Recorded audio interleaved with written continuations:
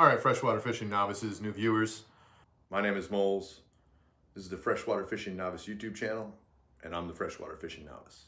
This video, we're going to talk about what is a PFD and how you properly pick one out for what you're doing. So let's start talking about PFDs and what they are. So first, what is a PFD? Personal Flotation Device, also known as a life jacket. Now, I'm sure a lot of you guys remember the life jackets from when you were little kids. This orange square thing that was basically stuck around your neck and then wrapped around your back. There's nothing on the back there. That actually is a really good life jacket, not for every application. That big bulky orange life jacket you remember from being a kid and your parents just throwing it on you wasn't very expensive, but it's actually one of the best life jackets to keep you floating and buoyant in the water so you don't drown with your head up, because all the flotation is in the front.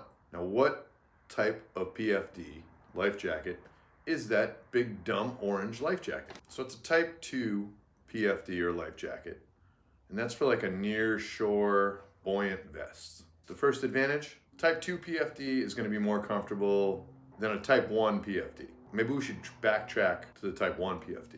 Let's do that.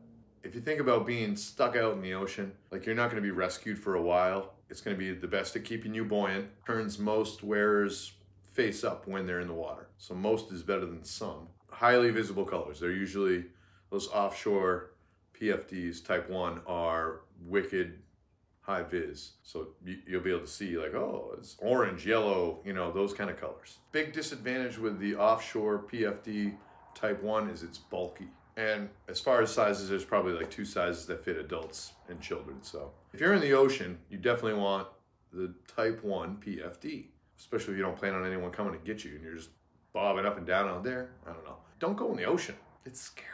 Let's go back to the Type 2. Turns some wearers face up. So that's better than not. It's less bulky and more comfortable than the Type 1 PFD. Downside, it's not for use in rough water for long periods of time. So if you're in the ocean wearing a 2, you're gonna have probably some issues. Also, this life jacket PFD might not turn some people face up in the water. So it's kind of an issue. You want to kind of make sure you're not drowning. The Type 2 is that bulky square life jacket. Yeah, it's not the best. Let's talk about a Type 3 PFD or life jacket. Generally, it's going to be the most comfortable PFD for long periods of time. They're designed for general boating or whatever specific activity is listed on the PFD or the life jacket. Downsides, the wearer is probably going to have to tilt their head back to make sure they stay face up in the water, as opposed to, you know, if you dip your chin, you'll probably be drowning. No downside, in rough water, their face, the wearer's face may be covered in water or, you know, submerged. You got to be, I guess, conscious and active to be wearing this thing. It's definitely not for extended survival in the water, like waiting in rough waters, waiting for someone to come back. Like, this is someone's coming back immediately for you if you're wearing this guy. Okay, the next type is a Type 4 PFD or life preserver, not life jacket, because it's going to be a throwable device. So like those pool rings you see when you're at the pool, like say the YMCA or your summer pool, there's always one hanging up near the lifeguard stand or something like that, so you can throw it, or you see it on boats. It will be like a square cushion with 2 handles. So it's a throwable PFD. What the heck's that good for? Well, it can obviously be thrown to someone. Not for use for non-swimmers or children. Not for many hours on rough waters. No. Different types of these PFDs are going to be cushions, rings, or like horseshoe buoys. Last type is a Type 5 PFD. Now, this is only for special use conditions. There's going to be several labels on the jacket letting you know what its specific use is for. Varieties include board sailing vests, deck suits. So a Type 5 hybrid would be like an inflatable life jacket, which are the maintenance on those and keeping up with them to make sure they keep you afloat is kind of a pain in the butt. They're the least bulky. Downside, they may not adequately float unless partially inflated. They require maintenance and active use and care of the inflation chamber. It's kind of a pain in the butt to keep up with all that. Their performance level for Type 5 PFDs are comparable to Type 1, 2, and 3 PFDs. But sometimes that inflation thing will fail. I know I've heard of that. So Those are the different types of PFDs you can get. Those were technical terms I read right from the book that came with, well, a new PFD I bought. So right now you're probably asking yourself, those are all the different types of PFDs. Why don't you just tell us which PFD to buy? The only types of PFDs that I've owned are type 3 because they're specific to the activity I'm doing. I know I'm gonna have to probably keep my head back to keep above water. I'm not doing any whitewater rafting or anything like that. It's nothing super extreme. I'm not in the ocean. I'm only in ponds, slow, chill rivers, small lakes. I really don't even like going around where motorboats are. I mean, I like motorboating.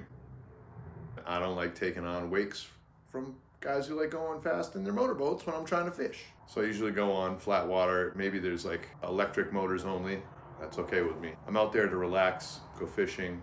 If it's not catching fish, I just want to relax on this kayak that I'm sitting in right now telling you guys about PFDs. If you go out looking for PFDs, a type 3 PFD or life jacket is what you guys should be focusing and looking at.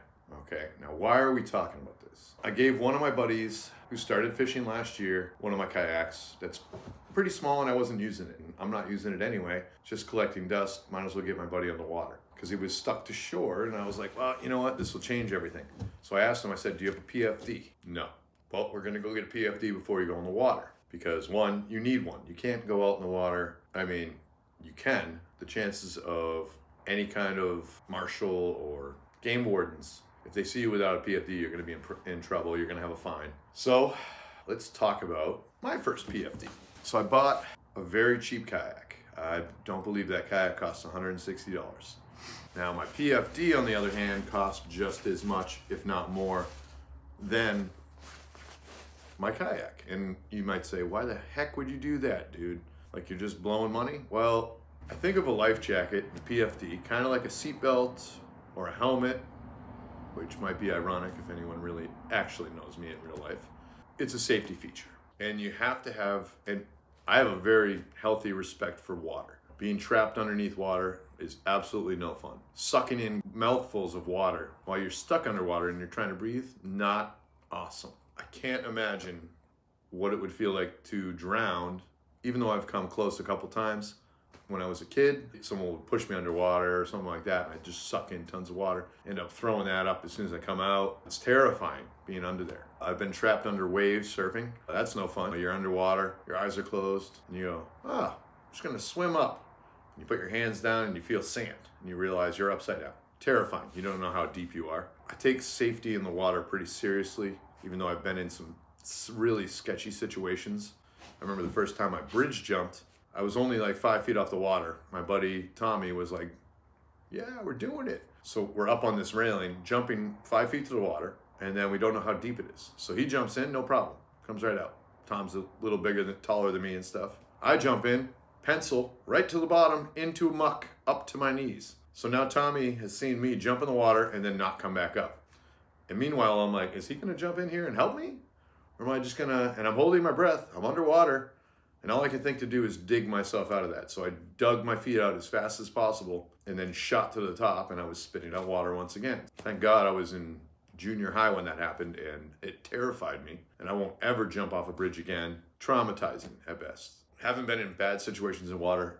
I think it's very important to be prepared for that.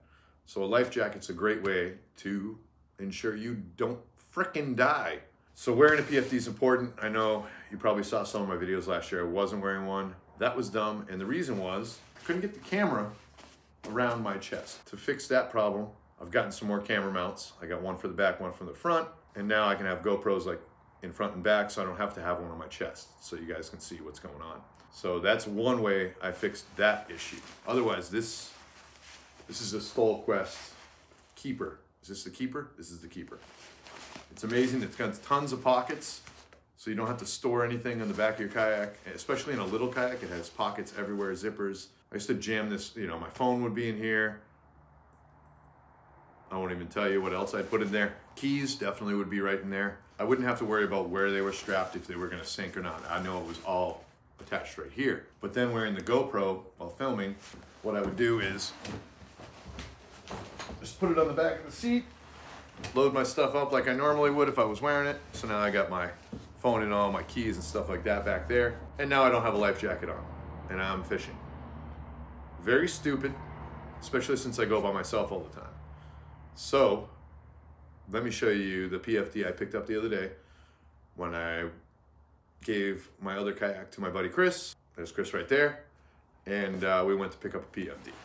My brand new PFD as of a couple days ago. I don't even know who the hell makes this. It says Fluid. So here's the back and here's the front. This is the Type 3 PFD. What you do is you have to put it over your head.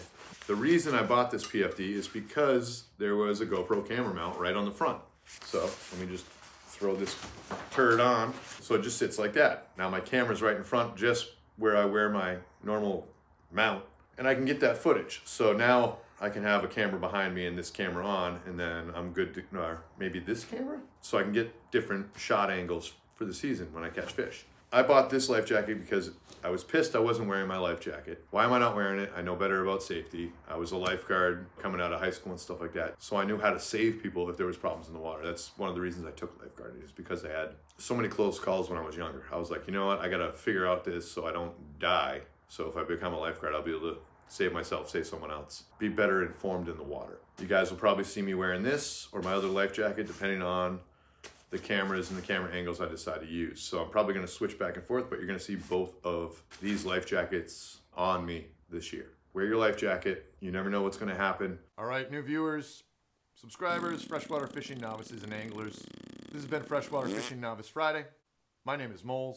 I'm the Freshwater Fishing Novice. Ding! This is the Freshwater Fishing Novice YouTube channel. I wanna thank you guys for watching this week. I hope you guys have a great weekend. Catch you next Friday.